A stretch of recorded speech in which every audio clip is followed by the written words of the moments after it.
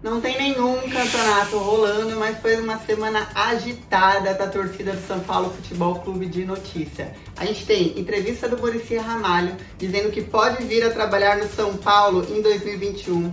A gente tem o Pato, que deu entrevista lá na Itália, se oferecendo para voltar para o Milan e a torcida não gostou. Eu vou explicar isso daí direitinho. A gente tem o Igor Gomes, que está com o Juventus, não só o Real Madrid, atrás. A gente tem o retorno do Carneiro e o diretor-geral da Conmebol dando uma nova previsão de possível retorno da Libertadores. Foi uma semana polêmica para a torcida.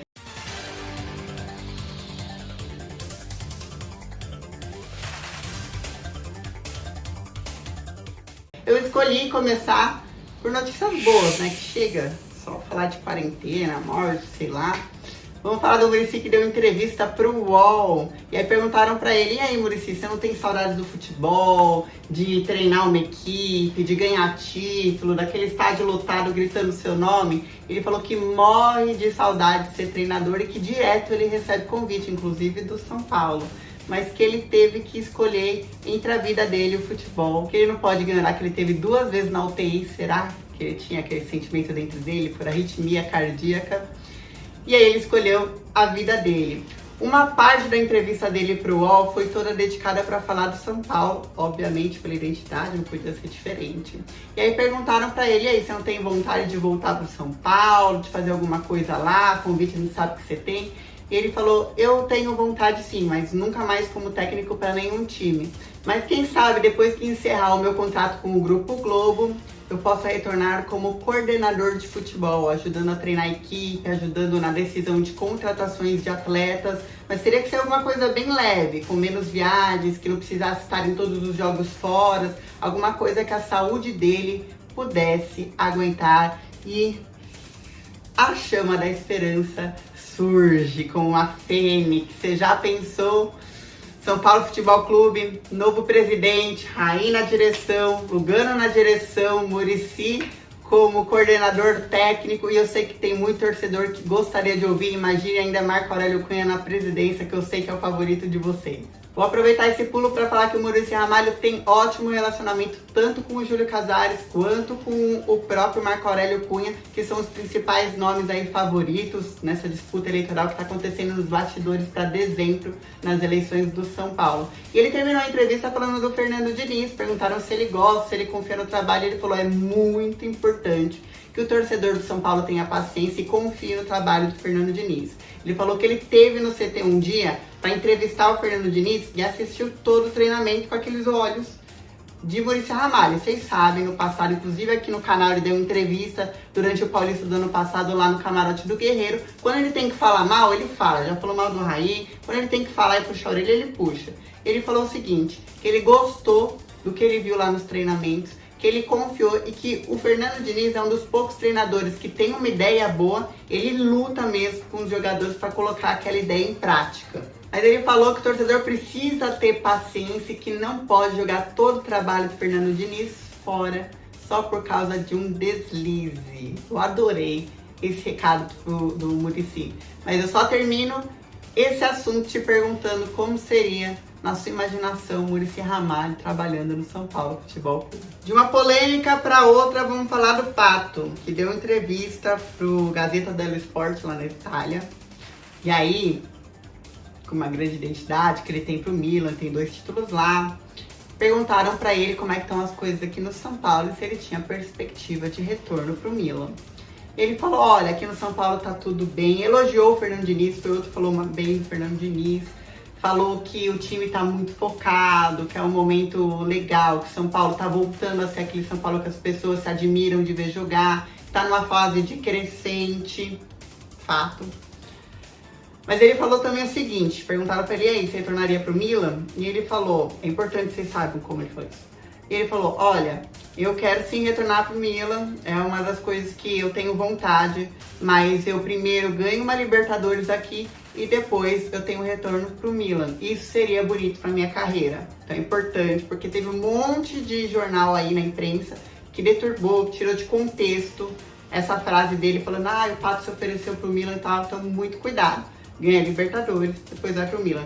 E aí ele finalizou a entrevista falando do Kaká, porque o Kaká tá estudando para ser dirigente de futebol lá no Milan, igual o Raí é aqui, tá? Naquela fase de estudar, o Raí também estudou bastante. Ele falou, vai ser super legal, porque ele além de ter uma identidade, é um cara super bacana, é um cara de uma índole imparcial, não dá nem pra falar, mas é super inteligente também, então boa sorte pro Kaká. Você vai seguir esse caminho, legal de saber. Já que estamos falando da mídia italiana, vamos continuar falando dela. Lá no jornal 90 Minutos saiu o interesse da Juventus no Igor Gomes.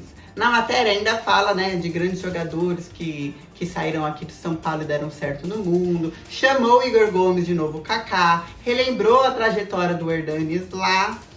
E falou muita coisa boa em relação ao bom futebol do Igor Gomes, que ele é rápido, que ele é veloz, que ele é inteligente, tudo aquilo. Citou uma aspas do Diniz, que o Diniz falou aqui na imprensa brasileira, mas foi parar nessa matéria lá, que o Fernando Diniz, olha, ele é bom demais, ele não vai ficar aqui muito tempo, vai ser difícil de segurar, é um menino muito bom.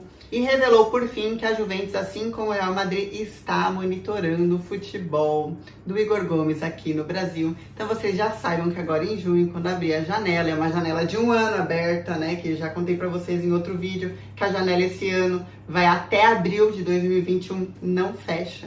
Isso já está em discussão de CBF, FIFA, todas as confederações. E aí a gente vai ter novidade de muita gente atrás desse menino. Vai ser difícil segurar e pelo estado financeiro de São Paulo, deve vender. Frederico Nantes é o nome do diretor-geral da Conmebol, que deu uma entrevista essa semana. Perguntaram para ele, e aí, tem uma nova previsão de possível retorno da Libertadores? E ele falou, olha, a gente se reúne, todo mundo, a galera lá na Conmebol, e a gente já tentou pensar em maio, a gente já pensou em junho, a gente já pensou em julho, e chegou à terrível conclusão de que não há previsão. A previsão aqui não há previsão para o retorno da competição. Porque você precisa das 10 fronteiras, dos 10 países envolvidos na competição abertos. Você precisa que todos esses 10 países estejam com a pandemia controlada. Em outras palavras, isso significa que por mais que o Brasil, de repente, daqui 15 dias saia da quarentena e tenha um controle dessa luta contra o coronavírus, se os outros países, seja um deles, seja só o Equador, por exemplo, não estiver controlado, não tem como retornar à competição. Isso faz com que competições como o estadual, o paulistão ou o brasileiro retornem antes do que a Libertadores. Por outro lado, se a Libertadores atrasar um pouquinho mais, possivelmente se os outros campeonatos voltarem antes, os jogadores já estarão mais embalados e preparados. A boa notícia no meio disso tudo é que hoje foi o primeiro dia que não teve nenhuma morte na China, que finalmente os números estão diminuindo em países como a Itália e a Espanha. E nos países sul-americanos, graças à quarentena, graças a você que pôde ficar em casa, ou até a quem não pôde, mas conseguiu diminuir a circulação, a gente não tá tendo grandes números e tá tendo até um número mais controlado do que se imaginava anteriormente. Por fim, finalizando o vídeo rapidinho, que já tá longo demais, gente, a gente tem o retorno do Carneiro, que foi pego lá em antidoping, em março do ano passado, vocês lembram? Tava previsto que ele ficasse 2 anos com um contrato suspenso com São Paulo, mas o TJD resolveu dar para ele um aninho aí, ó. Falou, não, tranquilo, pode voltar. E apenas ele cumpriu 12 meses, e aí o São Paulo reativou o contrato dele, então agora ele oficialmente está de volta ao São Paulo. Está de férias, né, porque estamos em férias coletivas, aproveitando o gancho para falar que o São Paulo tentou renegociar os salários com os jogadores, fez uma proposta de redução de 50% do salário, os jogadores não aceitaram. É importante dizer porque que os jogadores não aceitaram. A maior parte dos jogadores tem luva ou parte de contrato ainda em negociação, e aí eles ficaram com medo de aceitarem a redução salarial e aquilo que ainda estava paralelamente sendo discutido acabasse sendo congelado. Então eles querem que aquilo seja primeiro pago e depois eles falam de uma negociação sobre condição salarial por causa dessa paralisação. E daí, o São Paulo ainda está pagando os direitos de imagens de janeiro e fevereiro. Não chegou ainda o direito de imagem. Até fui atrás de novo dessa informação de checar, porque eu tinha recebido uma informação de que estava tudo em dia, a gente estava indo para a Libertadores. Então, na verdade, São Paulo tinha uma previsão de ficar tudo em dia, mas aí não recebeu nada da Globo, os patrocínios também estão congelados, e aí atrasou geral mesmo. Então, que situação macabra que essa paralisação está trazendo. A gente está sem futebol, sem Libertadores, já fico vendo a gente perder o Igor Gomes, enfim. A boa notícia é que não deu aquela curva que a gente imaginava em relação ao Covid, não é verdade? Gente, beijo para todos vocês. Se der, fica em casa. Se não der, muito cuidado.